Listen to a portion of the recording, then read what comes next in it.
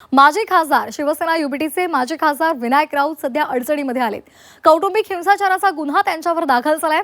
त्यांची सून गिरिजा राऊत यांनी पोलीस ठाण्यामध्ये तक्रार दाखल केलेली आहे। घरगुती हिंसाचार जादूटोणा विरोधी कायद्याअंतर्गत त्यांच्यावर गुन्हा दाखल झालाय।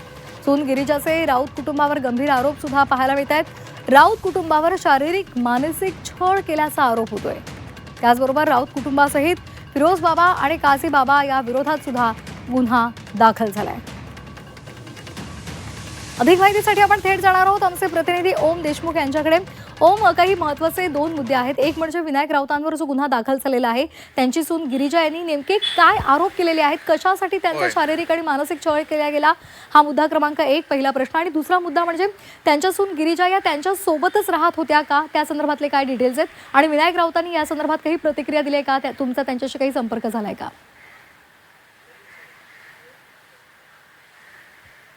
श्वेता, सगळ्यात महत्त्वाचा म्हणजे बेसिकली ज्या गिरिजा राऊत आहेत, विनायक राऊत यांच्या सून, यांनी काल कापूरबावडी म्हणजे ठाण्यातल्या कापूरबावडी पोलीस स्थानकामध्ये जाऊन हा सगळा जो त्यांच्यासोबतचा प्रकार घडला त्या संदर्भातली तक्रार दिली।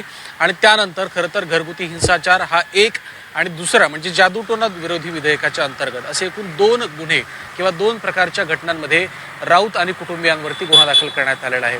मुद्दा क्रमांक 1 म्हणजे जो तुम्ही विचारलात की हा छळ नेमका कशासाठी करण्यात आला, FIRचा जर आपण एकंदर अभ्यास केला तर FIRमध्ये ज्या पद्धतीच्या किंवा ज्या पद्धतीने त्यांच्यासोबत अत्याचार झाला किंवा मुलामध्ये ज्याच्याशी गिरिजा यांचा विवाह झाला त्या गीतेश राऊतच्या एकंदर क्षमतेवरती त्यांचा प्रश्नचिन्ह होता आणि सातत्याने ज्या पद्धतीची वागणूक गितेश आणि कुटुंबियांकडनं गिरिजा यांना दिली जात होती, त्यांचा छळ केला जात होता, त्यांच्यावरती तंत्रमंत्र केलं जात होतं असा उल्लेख FIRमध्ये आहे।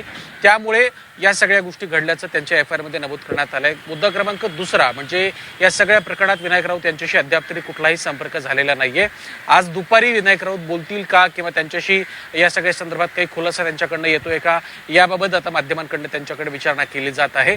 तिसरा महत्त्वाचा मुद्दा म्हणजे या सगळ्या प्रकरणात तक्रारदार गिरिजा राऊत आणि त्यांचे वकील सतीश कदम हे दुपारी 12 वाजेच्या सुमारास माध्यमांशी संवाद साधणार आहेत अशी देखील माहिती मिळते। ठाण्यामध्ये ही पत्रकार परिषद जी आहे ती आयोजित करण्यात आलेली आहे। त्यामुळे एका बाजूला हा सगळा गुन्हा दाखल झालेला असताना विनायक राऊतांच्या प्रतिक्रियेची प्रतीक्षा आहे आणि दुसऱ्या बाजूला या सगळ्या संदर्भात स्वतः तक्रारदार असलेल्या गिरिजा राऊत या सगळ्या संदर्भात नेमकी काय प्रतिक्रिया देत आहेत आणि राऊत कुटुंबियांवर नेमके आरोप केलेत त्याबद्दल त्यांचं म्हणणं काय हे पाहावं लागणार आहे। सगळ्यात महत्त्वाचा आणि शेवटचा मुद्दा, विनायक राऊत हे शिवसेनेचे महत्त्वाचे नेते आहेत। ठाकरे गटाचे एक महत्त्वाचे नेते म्हणून त्यांच्याकडे पाहिलं जातं। ते अनेक वर्ष खासदार देखील होते।